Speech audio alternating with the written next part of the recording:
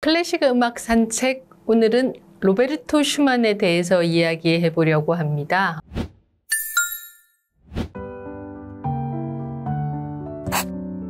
슈만의 음악과 또 슈만의 삶까지도 어찌 보면 모두 전형적인 낭만주의 예술가의 그 자체가 아닌가 생각이 됩니다.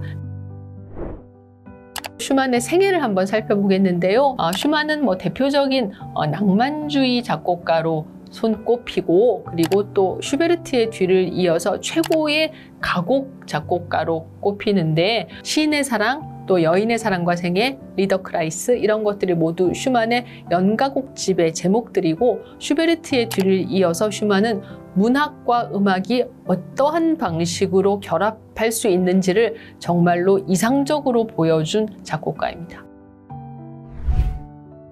슈만의 피아노 곡들은 이런 슈만의 한층 내밀한 사연들, 숨겨진 사연들을 고백하는 듯한 그런 내향적인 곡들입니다. 슈만의 피아노 곡들은 대중적으로 사실 널리 알려졌다라고 하기에는 약간 무리가 있는 것 같아요. 음악이 좀 화려하지 않기 때문에 피아노 곡의 연주 효과가 쇼팽이나 리스트 같은 동년배 낭만주의 작곡가들의 음악에 비하면 현저하게 떨어집니다. 그래서 뭔가 낭만주의라기보다는 표현주의에 가까운 그런 음악이 아닌가라는 느낌이 들 정도예요. 그리고 뭔가 독특한 분위기와 미묘한 색채가 있습니다.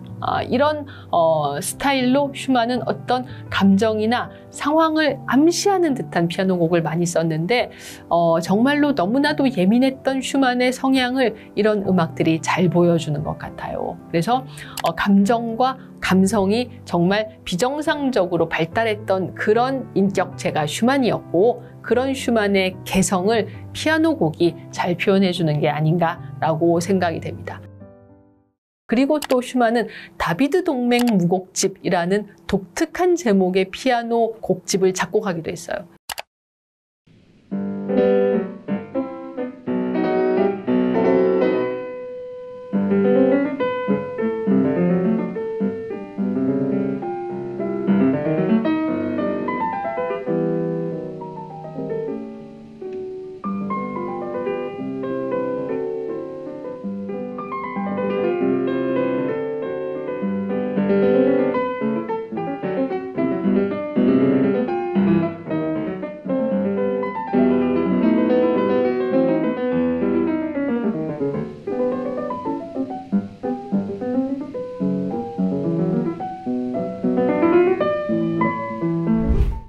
다비드 동맹은 무엇인가 하면, 슈만이 간행한 음악평론 잡지에 슈만은 두 가지의 필명으로 글을 썼습니다. 하나는 플로레스탄, 또 하나는 오이제비우스라는 필명으로 글을 썼는데, 뭔가 자기가 자기의 감정을 격렬하게 토로하고 적극적이고 강렬한 글을 쓰고 싶을 때는 플로레스탄이라는 필명을 썼고, 좀 더 내면적이고 미묘하고 온화한 글을 쓰고 싶을 때는 오이제비우스라는 필명을 썼다고 합니다. 사실 이것은 슈만의 복잡한 성격을 보여주는 부분이기도 하고, 슈만의 정신적인 세계가 이렇게 두 가지로 분열되고 있는 것이 아니었을까, 이것이 뭔가 정신적인 질환의 징후가 아니었을까라는 것을 조심스럽게 예견하게도 하는 부분인 것 같아요.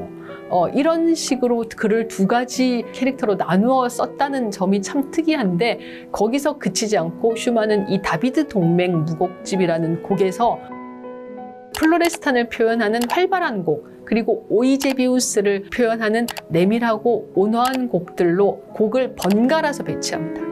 한 곡은 활발하고 한 곡은 내면적이고 이런 식으로 번갈아 진행되거든요. 거기서 우리는 플로레스탄과 오이제비우스, 그리고 두 가지의 성향을 동시에 한 몸에 지니고 있었던 독특한 슈만의 성향을 읽을 수가 있습니다.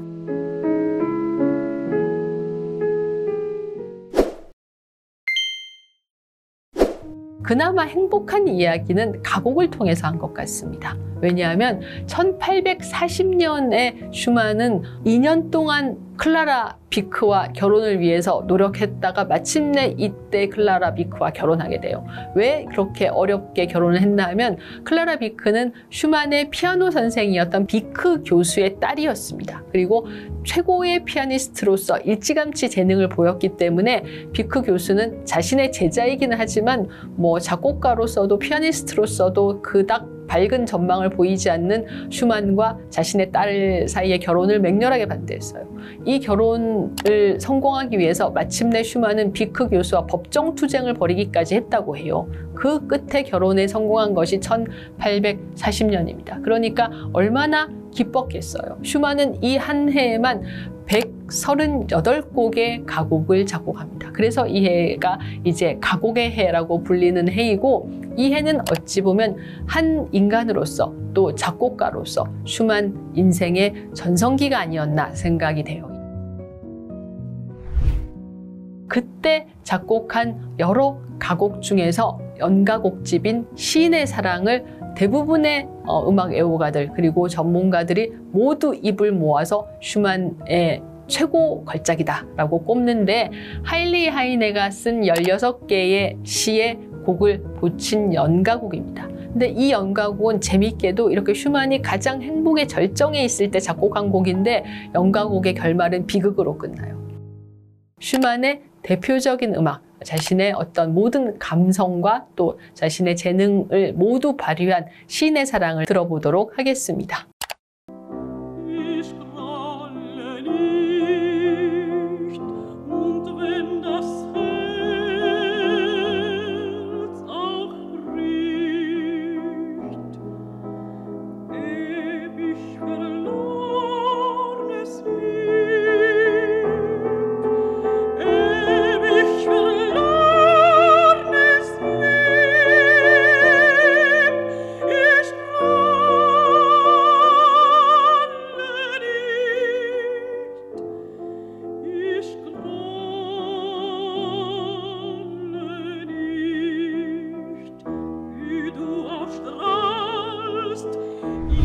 어찌 보면 슈만은 너무나도 예민한 사람이었기 때문에 자신이 클라라라는 어떤 불멸의 연인과 마침내 결혼하게 됐지만 그 사랑이 필연적으로 언젠가는 이별로 끝날 것이다 라는 것을 미리 예감하고 있었을지도 모릅니다. 그래서 그 예감을 음악으로 담은 게 아닌가라고 생각이 돼요.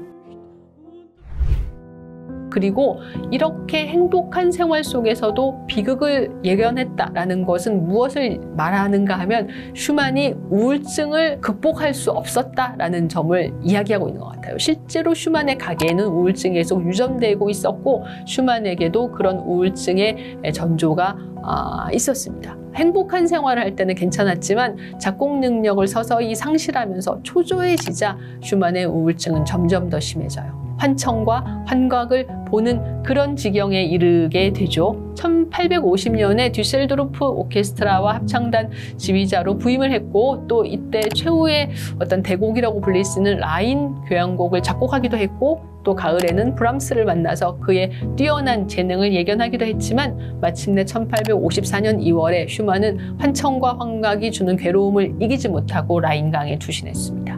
이후로 정신병원으로 가겠다라고 슈만이 스스로 자청을 해서 정신병원에 입원했고 2년 동안 고통스러운 투병 생활을 하다가 1856년에 슈만은 46이라는 아까운 나이로 사망하게 돼요.